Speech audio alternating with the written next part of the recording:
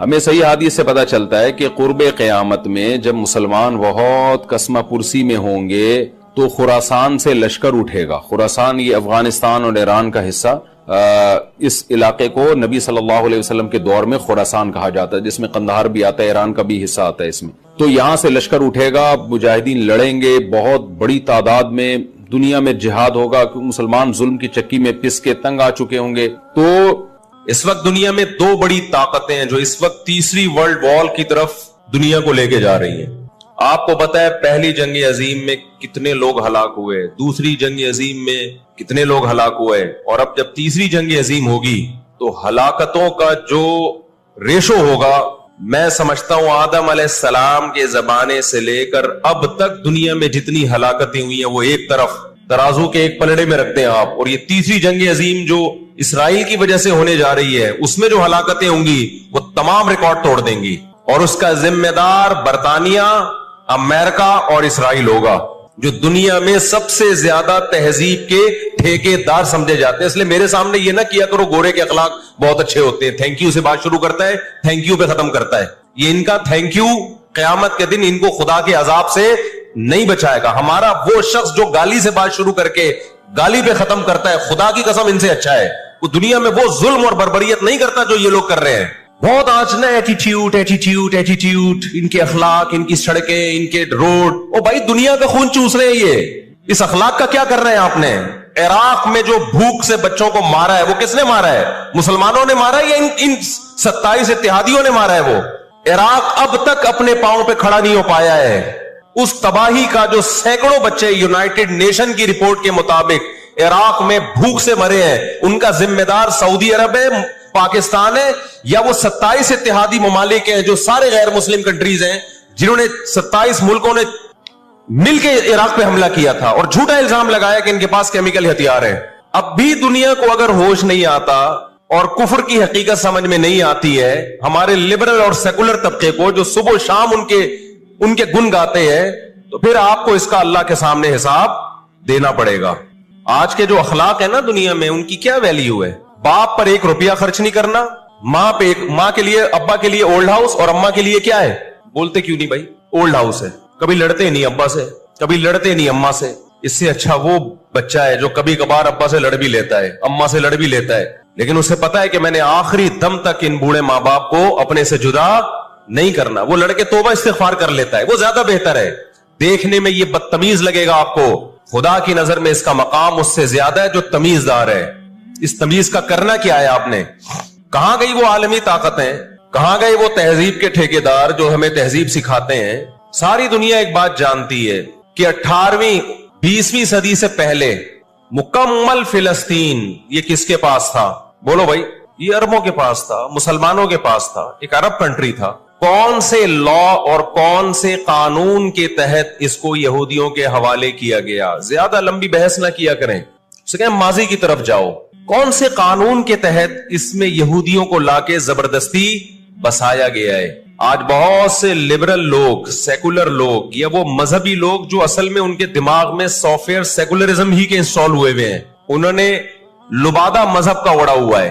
آج وہ بھی چھپے لفظوں میں اسرائیل کی حمایت کر رہے ہوتے ہیں کہ جی زمینیں تو فلسطینیوں نے بیچی تھی یہودیوں کو.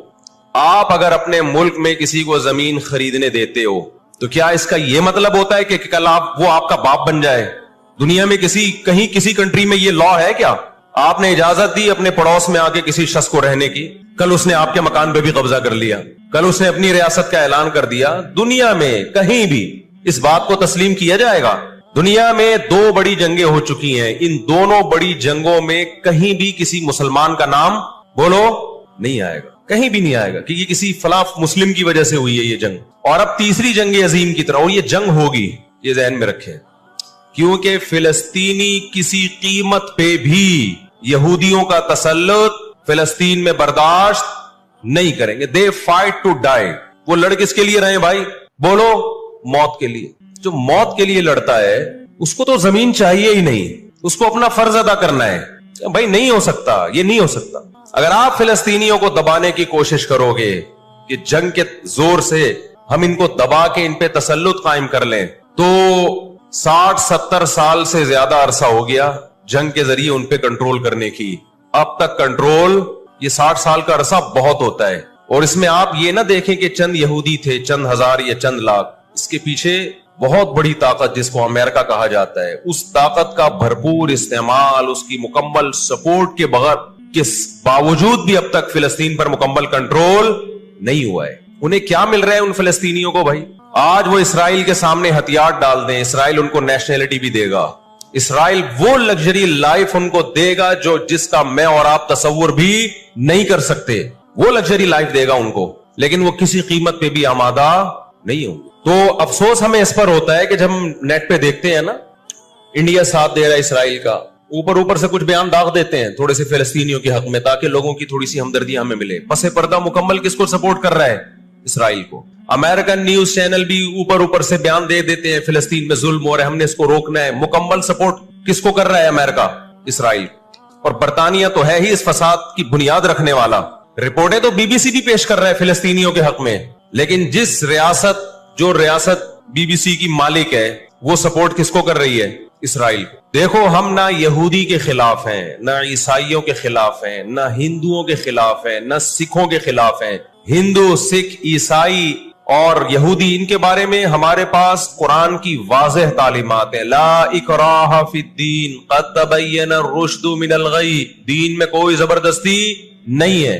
کسی شخص کو مذہب کی تبدیلی پر مجبور نہیں کیا جائے گا، کیونکہ اللہ نے سیدھا راستہ اور غلط راستہ 2 اور 2 4 کی طرح بیان کر دیا ہے. جس کا دل چاہے سیدھے راستے پہ چلے، جس کا دل چاہے برے راستے پہ چلے. قرآن نے یہ بھی واضح کر دیا کہ آپ کسی پر زبردستی نہیں کر سکتے، تلوار کی زور سے کسی کو اسلام میں داخل نہیں کر سکتے. اے اللہ ہم نے ان غیر مسلموں سے سلوک کیسا کرنا ہے یہ بھی قرآن نے بیان کر دیا. لا ينهاكم الله عن الذين لم يقاتلوكم في الدين ولم يخرجوكم من دياركم ان تبروهم. 28واں پارہ. جو بھی غیر مسلم ہے، چاہے وہ یہودی ہو، چاہے وہ عیسائی ہو، چاہے وہ ہندو ہو، سکھ ہو، بدھسٹ ہو، اللہ فرماتے ہیں اللہ تمہیں ان سے اچھے سلوک سے منع نہیں کر رہا، بلکہ اچھے سلوک کا اللہ تمہیں حکم دے رہا ہے. ہمارے نبی صلی اللہ علیہ وسلم جب کوئی یہودی بیمار ہوتا اس کی بھی عیادت کے لیے اسی طرح جایا کرتے تھے جیسے کسی مسلمان کی عیادت کے لیے جاتے. ہمارے نبی کی زوجہ ایک یہودی خاندان سے تھی، وہ اپنے یہودی خاندان کو ہدیے دیا کرتی تھی. ہمارے نبی صلی اللہ علیہ وسلم نے اس عمل سے انہیں منع نہیں کیا. اور آج بھی بہت سارے یہودی اسرائیل کے مسئلے میں فلسطینیوں کے ساتھ ہیں، ان کے حق میں مظاہرے کر رہے ہیں. ہماری دشمنی یہودیوں سے نہیں ہے، عیسائیوں سے نہیں ہے، ہماری دشمنی ان یہودیوں سے ہے جو اسرائیل کو سپورٹ کر رہے ہیں. آپ اگر قرآن اٹھا کے دیکھیں، اللہ تعالیٰ نے اپنے محبوب ترین پیغمبر موسیٰ کلیم اللہ وقربناہ نجیہ، جن کے بارے میں قرآن کہتا ہے وہ پیغمبر جن کو کوہ طور پہ بلا کے میں ان سے سرگوشیاں کیا کرتا تھا، اس پیغمبر کو اللہ نے اس قوم کی طرف بھیجا. کس قدر ٹینشن دی یہودیوں نے موسیٰ علیہ السلام کو، کیسے معجزے اپنی آنکھوں سے دیکھ رہے ہیں. درجنوں مرتبہ لاٹھی کو سانپ بنتے ہوئے دیکھا، سمندر کو اپنے سامنے 2 ٹکڑے ہوتے ہوئے اس قوم نے دیکھا جو آج اسرائیل پہ قبضہ، فلسطینیوں پہ ظلم کر رہی ہے. آج یہودی کیا کہتے ہیں کہ بیت المقدس ہمارا ہے، ہمارے پیغمبر موسیٰ علیہ السلام، ابراہیم علیہ السلام، یعقوب علیہ السلام، اسحاق علیہ السلام، یہ تو سارے ہمارے پیغمبر ہیں، یہ سارے ہمارے پیغمبر ہیں، تو یہ ہمارا قبلہ ہے. یہ قرآن کیا کہتا ہے؟ آپ سورہ بنی اسرائیل اٹھائیں. وَقَضَيْنَا إِلَىٰ بَنِي إِسْرَائِيلَ فِي الْكِتَابِ لَتُفْسِدُنَّ فِي الْأَرْضِ مَرَّتَيْنِ وَلَتَعْلُنَّ عُلُوًّا كَبِيرًا فَإِذَا جَاءَ وَعْدُ أُولَاهُمَا بَعَثْنَا عَلَيْكُمْ عِبَادًا لَنَا أُولِي بَأْسٍ شَدِيدٍ فَجَاسُوا خِلَالَ الدِّيَارِ وَكَانَ وَعْدًا مَسْئُولًا ثُمَّ رَدَدْنَا لَكُمُ الْكَرَّةَ عَلَيْهِمْ وَأَمْدَدْنَاكُمْ بِأَمْوَالٍ وَبَنِينَ وَجَعَلْنَاكُمْ أَكْثَرَ نَفِيرًا إِنْ أَحْسَنْتُمْ أَحْسَنْتُمْ لِأَنفُسِكُمْ وَإِنْ أَسَأْتُمْ فَلَهَا فَإِذَا جَاءَ وَعْدُ الْآخِرَةِ لِيَسُوءُوا وُجُوهَكُمْ وَلِيَدْخُلُوا الْمَسْجِدَ كَمَا دَخَلُوهُ أَوَّلَ مَرَّةٍ وَلِيُتَبِّرُوا مَا عَلَوْا تَتْبِيرًا. اللہ کہتے ہیں ہم نے تمہیں 2 چانس دیے بیت المقدس میں، 2 چانس، 2 دفعہ ہم نے تمہیں بیت المقدس پہ غلبہ عطا کیا، لیکن جب تم نے بدعمالی کی، تم اپنی تاریخ اٹھا کے دیکھو، 2 دفعہ تمہاری بیت المقدس میں دھنائی ہوئی ہے، 2 دفعہ تمہاری پٹائی ہوئی ہے بیت المقدس میں، اور وہ تمہاری بدعمالیوں کی وجہ سے ہوئی ہے. تو یہودیوں کے ہاتھ سے جو بیت المقدس نکلا ہے وہ ہماری وجہ سے نہیں نکلا, وہ کس کی وجہ سے نکلا ہے؟ ان کی اپنی ناشکریاں اور اپنی بدعمالیوں کی وجہ سے نکلا ہے. اللہ نے پھر عیسائیوں کو غلبہ عطا کیا بیت المقدس پہ. دنیا میں 3 مسجدیں ایسی ہیں جو اللہ کی نظر میں بہت مقدس ہیں, اور ان پر حکومت کرنے کا حق, کنٹرول کرنے کا حق اسی کو ہے جو اللہ کے دین برحق کو ماننے والے ہیں. یہ اسلام کی روشنی میں, ایک مسجد حرام, ایک مسجد نبوی اور تیسری مسجد اقصی, یہ اسلام کی روشنی میں. اور دنیا کے قوانین کی روشنی میں بھی دیکھا جائے, ہو سکتا ہے یہودی کہ میں اسلام کو نہیں مانتا, امریکہ کہے میں اسلام کو نہیں مانتا, آپ نہ مانے اسلام کو, لیکن آپ ریاستوں کے حقوق کے تو قائل ہیں نا. 18ویں 19ویں صدی کے آخر میں دنیا میں جن جن ممالک کی لکیریں کھنچ چکی تھیں, پوری دنیا کا معاہدہ ہے, پوری دنیا کے ایگریمنٹ ہے کہ جس ریاست کو ہم نے تسلیم کر لیا ہم اس کے خلاف مسلح لڑائی, بولو نا, نہیں لڑ سکتے. مجھے ایک بات بتاؤ, آج اگر برطانیہ اٹھ کے پاکستان پہ حملہ کرتا ہے, دنیا کس کو برا بھلا کہے گی؟ بولو نا, کیا ہو گیا؟ برطانیہ کو کہے گی نا. اگر وہ کہے کہ میں یہاں پہلے حکومت کر کے گیا ہوں, یہودی کہتے ہیں نا ہم نے بیت المقدس پہ حکومت کی ہے لہذا ہمارا حق ہے. بھائی حکومت تو برٹش نے بھی کی ہے پورے بر صغیر پر, لیکن آج کیا برطانیہ کو اجازت دی جائے گی کہ چونکہ آپ پہلے ہندوستان پہ حکومت کر کے گئے ہیں لہذا آپ دوبارہ بھی اٹیک کر سکتے ہیں؟ کیا دنیا کے کسی قانون میں اس کی اجازت دی جا سکتی ہے؟ یہی کہا جائے گا بھائی ونس اپون اے ٹائم, اب جب ایک کنٹری بن گیا ہے اور آپ نے اس کو ایز اے کنٹری تسلیم کر لیا ہے, دنیا نے تسلیم کر لیا ہے, اب اس کی لکیریں کھنچ چکی ہیں, اب اس سے 1 انچ بھی دنیا میں کسی کنٹری کو اس سے آگے بڑھنے کی اجازت نہیں ہوگی. ہوگی تو یہ بین الاقوامی لا اور بین الاقوامی قانون کی روشنی میں جرم سمجھا جائے گا. فلسطین اور بیت المقدس اسلام کی روشنی میں بھی مسلمانوں کا ہے, اور بین الاقوامی قوانین کی روشنی میں بھی کس کا ہے؟ مسلمانوں کا ہے. وہ تو 2 وجوہات ہیں. تو آپ بتاؤ اتنی بڑی وجہ کے ہوتے ہوئے کیا فلسطینی وہ مسجد چھوڑ سکتے ہیں کیا؟ آج ہماری مسجد پہ کوئی شخص آئے, کوئی دوسرے مولوی صاحب آ جائیں کہ میں مسجد پہ قبضہ کرنا چاہتا ہوں, کیا کمیٹیاں قبضہ کرنے دیتی ہیں؟ بولو بھائی کیا ہو گیا؟ نہیں دیتی. حالانکہ وہ بھی مولانا صاحب ہی ہیں, لیکن پھر بھی کوئی قبضہ کر لے انسان برداشت کر لیتا ہے, چلو جی ایک مولانا کو نکالا تو دوسرا بھی کون آیا ہے؟ تو مسلمان ہی آیا ہے نا. لیکن ایک مسجد ہے, کوئی ہندو آ کے کہتا ہے کہ یہ مسجد میرے حوالے کر دو, جبکہ اس مسجد کے کاغذات بھی آپ کے پاس ہیں, مسجد آپ کے لیے رجسٹرڈ ہے اور ایز اے مسجد رجسٹرڈ ہے, تو کیا آپ کسی غیر مسلم کے حوالے کر دو گے مسجد؟ اس کا مطالبہ کرنا اللیگل بھی ہوگا, اور اسلام کی روشنی میں ہمارے لیے اس کے حوالے اپنی مسجد کو کرنا یہ بہت بڑا جرم ہوگا. خدا کے سامنے جواب دے ہوں گے ہم. 20-22 سال کی بات ہے, میری ملاقات پاکستان میں کچھ فلسطینیوں سے ہوئی.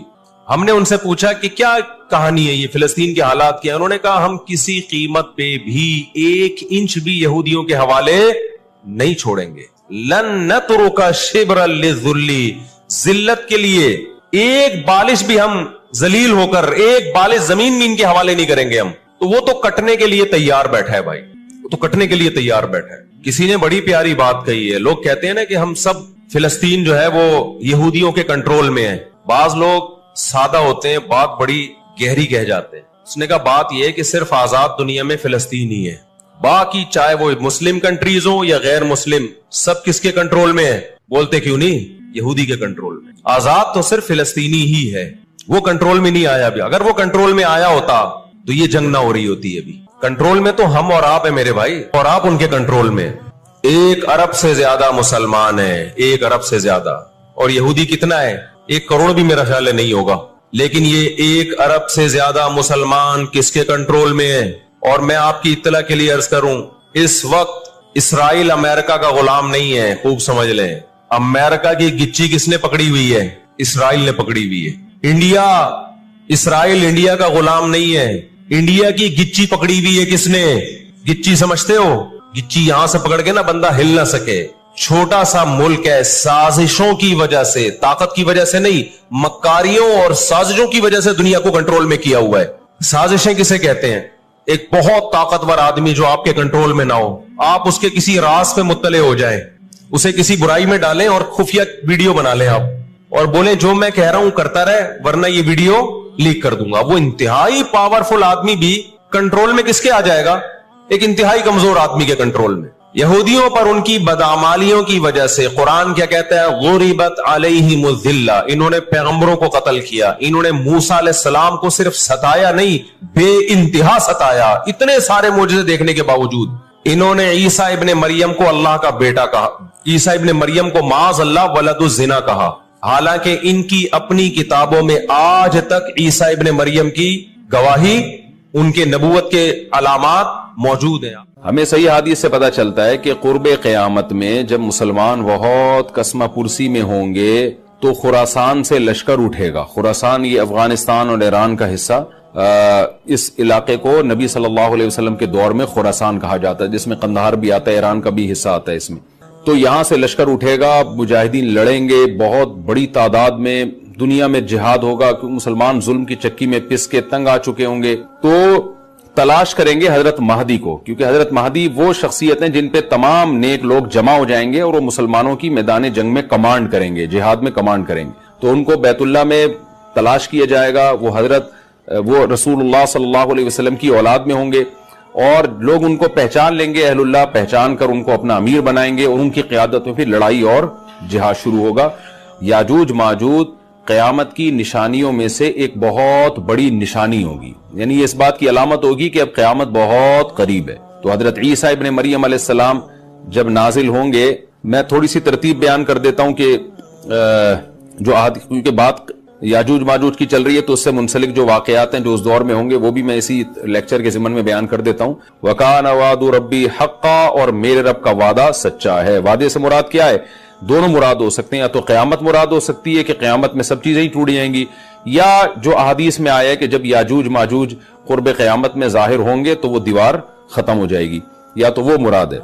وَتَرَكْنَا بَعْضَهُمْ يَوْمَئِذٍ يَمُوجُ فِي بَعْضٍ، اور ہم ان میں سے بعض کو، یعنی جو یاجوج ماجوج ہیں ان میں سے بعض کو، یومئذ جس دن ایسا ہوگا، جس دن اللہ کا وعدہ آئے گا اور یہ دیوار ٹوٹے گی، یموج فی بعض، ہم ان کو ایسا کر دیں گے کہ یہ ایک دوسرے میں گھس رہے ہوں گے۔ یہ مضمون احادیث میں آیا ہے، دیکھیں قرآن میں اور احادیث صحیحہ میں جو یاجوج ماجوج اور اس دیوار کا ہمیں ملتا ہے نا، میں صرف اس کو آپ کے سامنے بیان کروں گا، باقی اس بارے میں ڈیٹیل میں آپ جائیں گے تو بہت کچھ آپ کو انٹرنیٹ پہ بھی مل جائے گا، مفسرین کی کتابوں میں بھی مل جائے گا، اور لوگوں کی اپنی اپنی تحقیقات ہیں، اپنے اپنے تبصرے ہیں، نہ میں ان تبصروں کو صحیح کہہ رہا ہوں نہ غلط کہہ رہا ہوں، کتابیں بھری ہوئی ہیں، وہ آپ جائیں پڑھیں اس کو، لیکن جتنی بات قرآن سے اور صحیح احادیث سے یاجوج ماجوج کے بارے میں ثابت ہوتی ہے، میں صرف اس کو آپ کے سامنے ابھی پیش کر رہا ہوں۔ پہلا عقیدہ تو یہ ثابت ہوتا ہے کہ یاجوج ماجوج ایک قوم ہے، انسان ہیں، وہ کوئی انسانوں کے علاوہ کوئی الگ مخلوق نہیں ہے، لیکن ہیں بڑے فسادی۔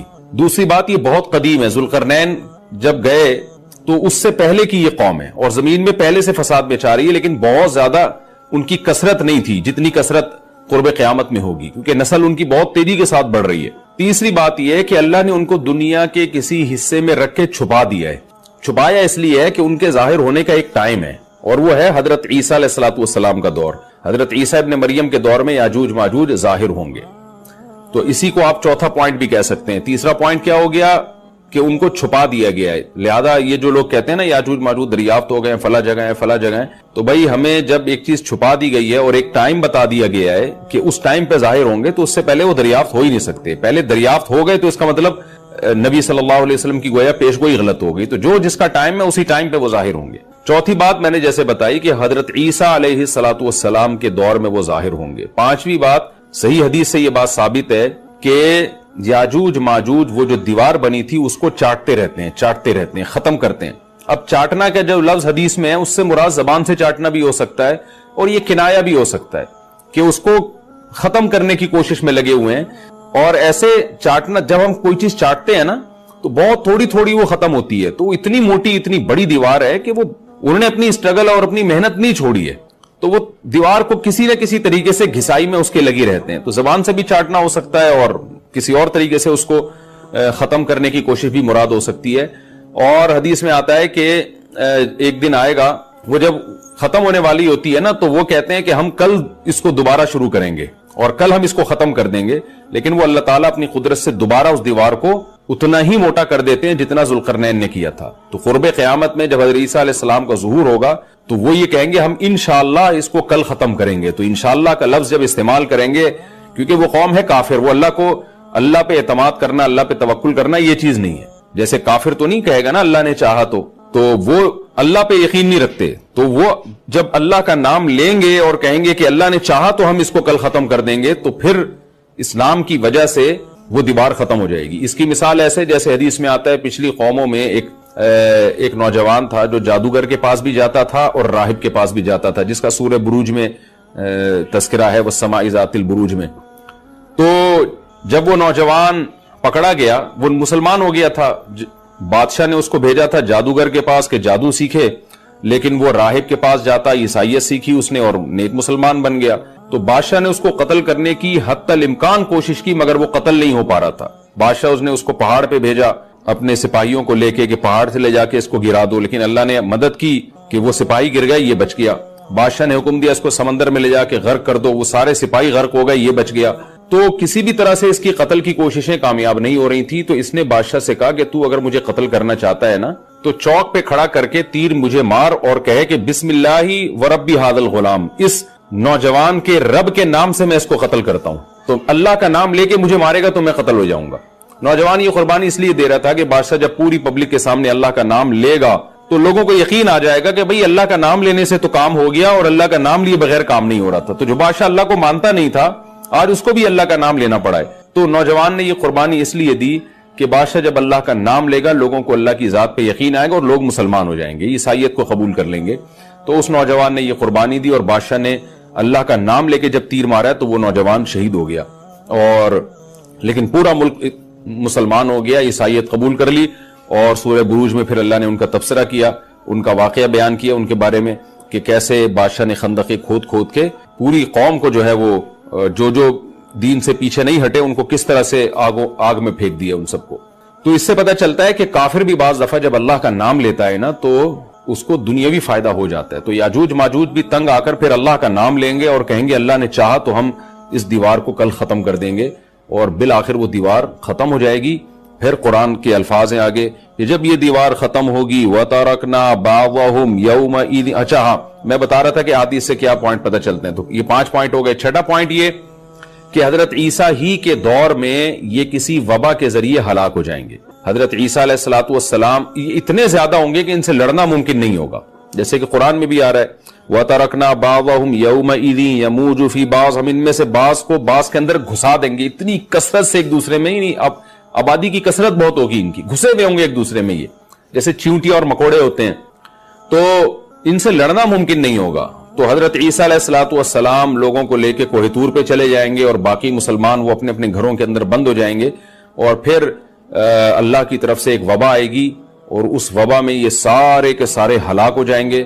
اور پھر جب ہلاک ہو جائیں گے تو اتنی زیادہ ان کی لاشیں زمین پہ ہوں گی، اتنی زیادہ کہ انسانی آبادی ان کی لاشوں سے متعفن ہونا اور بیمار ہونا شروع ہو جائے گی، ان کی لاشوں سے بدبو اٹھے گی، اور ظاہر ہے انسان ہوں گے یہ، تو اس کی وجہ سے جو زمین کا ماحول خراب ہوگا۔ پھر حضرت عیسیٰ علیہ الصلوۃ والسلام اللہ سے دعا مانگیں گے کہ اللہ تعالیٰ ان کو کسی طرح ٹھکانے لگائے، کوئی انتظام کرے۔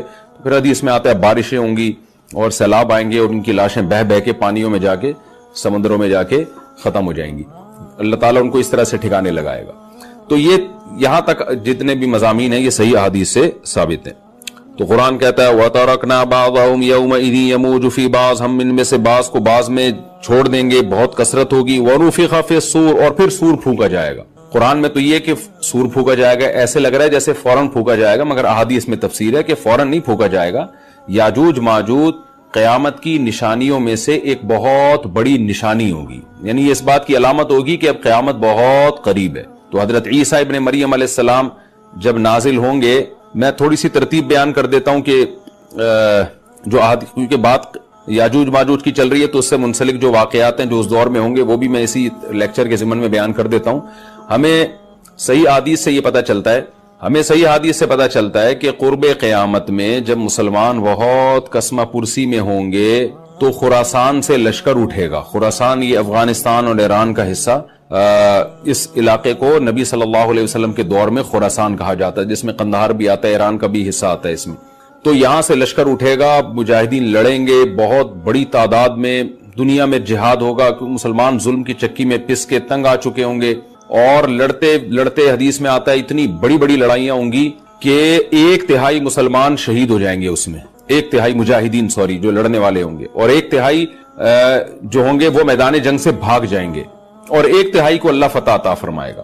تو جو ایک تہائی میدان جنگ سے بھاگ جائیں گے، نبی صلی اللہ علیہ وسلم نے فرمایا ان کی توبہ کبھی قبول نہیں ہوگی۔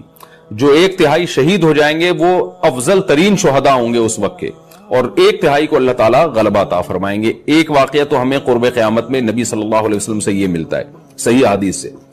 دوسرا ہمیں یہ ملتا ہے کہ قرب قیامت ہی میں مسلمان قسمہ پرسی کا شکار ہوں گے، تو تلاش کریں گے حضرت مہدی کو، کیونکہ حضرت مہدی وہ شخصیت ہیں جن پہ تمام نیک لوگ جمع ہو جائیں گے اور وہ مسلمانوں کی میدان جنگ میں کمانڈ کریں گے، جہاد میں کمانڈ کریں گے۔ تو ان کو بیت اللہ میں تلاش کیا جائے گا، وہ رسول اللہ صلی اللہ علیہ وسلم کی اولاد میں ہوں گے، اور لوگ ان کو پہچان لیں گے، اہل اللہ پہچان کر ان کو اپنا امیر بنائیں گے، اور ان کی قیادت میں پھر لڑائی اور جہاد شروع ہوگا۔ اور یہ لڑائی جب دمشق میں لڑائی ہو رہی ہوگی تو دمشق میں عصر کی نماز کے وقت حضرت مہدی، میں نے جو یہ کہا کہ دمشق میں لڑائی ہو رہی ہوگی، مقصد یہ نہیں ہے کہ دمشق کوئی میدان جنگ بنا ہوا ہوگا، مقصد یہ ہے کہ وہ مجاہدین کا لشکر دمشق میں ہوگا عصر کی نماز کے وقت، لڑائی چاہے کسی اور میدان میں ہو رہی ہو، لیکن حدیث میں ہمیں دمشق کا تذکرہ ملتا ہے۔ تو دمشق میں حضرت شام کا تذکرہ ملتا ہے، اور جو قرائن ہمیں ملتے ہیں وہ دمشق کی ایک خاص مسجد ہے، وہ مسجد حضرت مفتی تقی عثمانی صاحب اور مفتی رفیع عثمانی صاحب نے اس کو ہائی لائٹ بھی کیا، لیکن وہ یقینی نہیں ہے، یہ خوب سمجھے، انہوں نے اس کا بھی تبصرہ کیا کہ اس کے بارے میں کوئی یقین نہیں ہے۔ تو حضرت مہدی عصر کی نماز پڑھا رہے ہوں گے، لوگ امامت میں آپ کے پیچھے کھڑے ہوں گے، یہاں تک کہ مسجد کے مینار پر، آج بھی وہ مینار موجود ہے جس کے بارے میں غالب گمان ہے کہ یہ وہ مینار ہے جہاں حضرت عیسیٰ علیہ السلام نازل ہوں گے، غالب گمان کے درجے میں کہا جا سکتا ہے، ورنہ پھر اسی کے اڑوس پڑوس میں کوئی مسجد ہوگی۔ میرا اگر شام جانا ہوا تو انشاءاللہ میں ارادہ ہے کہ میں ولاگ میں اس مسجد کا بھی تذکرہ کروں گا، اس جگہ کا بھی تذکرہ کروں گا، لیکن میں پہلے یہ بات بتا دوں کہ وہ 100% یقینی نہیں ہے، ایسا نہ ہو کہ اس مسجد کے مینار پہ چڑھ کے لوگ جو ہے وہ اس کے کوئی مینار کو ہی چاٹنا شروع کر دیں تبرک کے طور پہ۔ تو عصر کی نماز کا ٹائم ہوگا، حضرت عیسیٰ ابن مریم علیہ الصلوۃ والسلام فرشتوں کے کندھوں پہ ہاتھ رکھ کے نیچے اتریں گے نماز کے ٹائم پہ، یعنی آسمان سے مینار تک آئیں گے، اور پھر مینار سے آپ کے لیے سیڑھیاں لگائی جائیں گی، سیڑھیوں کے ذریعے مینار سے نیچے اتریں گے اور لوگ ان کو پہچان لیں گے۔ حضرت مہدی ان کو امامت کے لیے آگے کریں گے کہ آپ اللہ کے ایک پیغمبر ہیں، آپ نماز پڑھائیے، حضرت عیسیٰ علیہ السلام انہی کو آگے رکھیں گے، اور اس طرح کا مفہوم ہے حدیث میں کہ اللہ نے اس کام کے لیے آپ کو ہی منتخب کیا۔ کیا مطلب یہ امامت اس امت کا حق ہے؟ تو حضرت عیسیٰ ابن مریم علیہ الصلوۃ والسلام کا جو کام ہوگا وہ جہاد ہے، اور یہودیوں سے انتقام لینا، کیونکہ یہودیوں نے اپنے خیال میں حضرت عیسیٰ کو قتل کیا تھا، تو اللہ نے یہودیت ہی کے خاتمے کے لیے اور دجال کے خاتمے کے لیے عیسیٰ ابن مریم کو نازل کیا ہے۔ حضرت مہدی سے پہلے ہی دجال ظاہر ہو چکا ہوگا۔ دجال کے بارے میں حدیث میں آتا ہے کہ ہر پیغمبر نے اپنی امت کو دجال کے فتنے سے ڈرایا ہے۔ اچھا، یہ دجال ایک ایسی شخصیت ہے جس کا یہودی انتظار ہم سے زیادہ کر رہے ہیں، کیونکہ یہودی اس کو اپنے لیے نجات دہندہ سمجھتے ہیں، جبکہ حدیث میں آتا ہے کہ دجال کانا ہوگا اور اس کا خدائی کا دعویٰ ہوگا، اس کے پاس کچھ ایسی طاقتیں ہوں گی کہ مردے کو زندہ کر دے، زندہ کو مار دے، ایک طرف اس کے باغ ہوگا، ایک طرف اس کے آگ ہوگی، جو اس پر ایمان لائے گا اس کو باغ میں داخل کرے گا، اور جو اس پر ایمان نہیں لائے گا اس کو آگ میں داخل کرے گا۔ اور رسول اللہ صلی اللہ علیہ وسلم نے فرمایا اس کی جو آگ ہے حقیقت میں وہ جنت کا باغ ہوگا، اور اس کا جو باغ ہے حقیقت میں وہ جہنم کی آگ ہوگی۔ تو جو نبی کی باتوں پہ یقین کرتے ہیں وہ دجال کے فتنے سے محفوظ رہیں گے۔ اور حدیث میں سورہ کہف کی بھی تلاوت کا حکم ہے، جمعے کے دن جو کہف کی تلاوت کرتا ہے اللہ اس کو دجال کے فتنے سے محفوظ رکھتا ہے۔ اب آپ دیکھیں یہ سورہ کہف میں ہی قیامت کی علامات کا تذکرہ ہے نا، تو شاید اسی وجہ سے کیونکہ جو سورہ کہف پڑھتا رہے گا وہ یاجوج ماجوج کے واقعات بھی پڑھتا رہے گا اور اللہ کی قدرت کے واقعات بھی پڑھتا رہے گا، تو دجال کے فتنے سے اللہ اس کو اس برکت سے بچا کے رکھیں گے، فتنے سے محفوظ رکھیں گے۔ تو وہ ایسی طاقتیں دکھائے گا، بے وقوف لوگ اس پہ ایمان لے آئیں گے۔ حدیث میں آتا ہے کہ کانا کبھی بھی خدا نہیں ہو سکتا، یعنی اس کی تو ایک آنکھ ہوگی نہیں، لیکن بے وقوف لوگ اس کے یہ کچھ ظاہری کمالات دیکھیں گے، یہ نہیں دیکھیں گے کہ یہ تو شکل بھی اس کی اچھی نہیں ہے، یعنی خدا کم از کم جمال والا ہوتا ہے نا، یہ تو ہے بھی کانا، اور اس کے بڑا بڑا کافر بھی لکھا ہوا ہوگا واضح طور پر جس سے پتا چلے گا۔ لیکن احمق اور بیوقوف لوگ جیسے روحانی عاملوں کو کچھ شعبدے دیکھ کر ان پہ سے متاثر ہو جاتے ہیں نا، روحانی عاملوں کے شعبدے دیکھ کے، تو ایسے ہی دجال کے شعبدے دیکھ کے متاثر ہوں گے۔ تو بہت لوگوں کو، خلقت کو، بہت بڑی امت کو گمراہ کرے گا دجال، اہل اللہ کو اللہ تعالیٰ اس کے فتنے سے محفوظ رکھے گا۔ پھر حضرت عیسیٰ ابن مریم جب نازل ہوں گے تو وہ دجال کو قتل کریں گے۔ حدیث میں آتا ہے کہ نیزے کے ذریعے گھوڑے پہ بیٹھ کے قتل کریں گے۔ علماء نے اس حدیث کا دو مطلب بیان کیے ہیں کہ یا تو اس کا مطلب یہی ہے کہ واقعی گھوڑے پہ بیٹھیں گے، نیزہ استعمال کریں گے، زمین جو ہے وہ اتنی پہلے اس سے جنگیں ہو چکی ہوں گی کہ لوگ دوبارہ تلواروں گھوڑوں کی طرف آ جائیں گے. اس بات کا امکان ہے. ہر ملک ایٹمی طاقت بن چکا ہے, تو اگر یہ ایٹم بم سارے ملک آپس میں چلا دیں تو ہم دوبارہ گدے گھوڑوں والی زندگی پر آ جائیں گے. ٹیکنالوجی ساری تباہ و برباد ہو جائے گی. انسان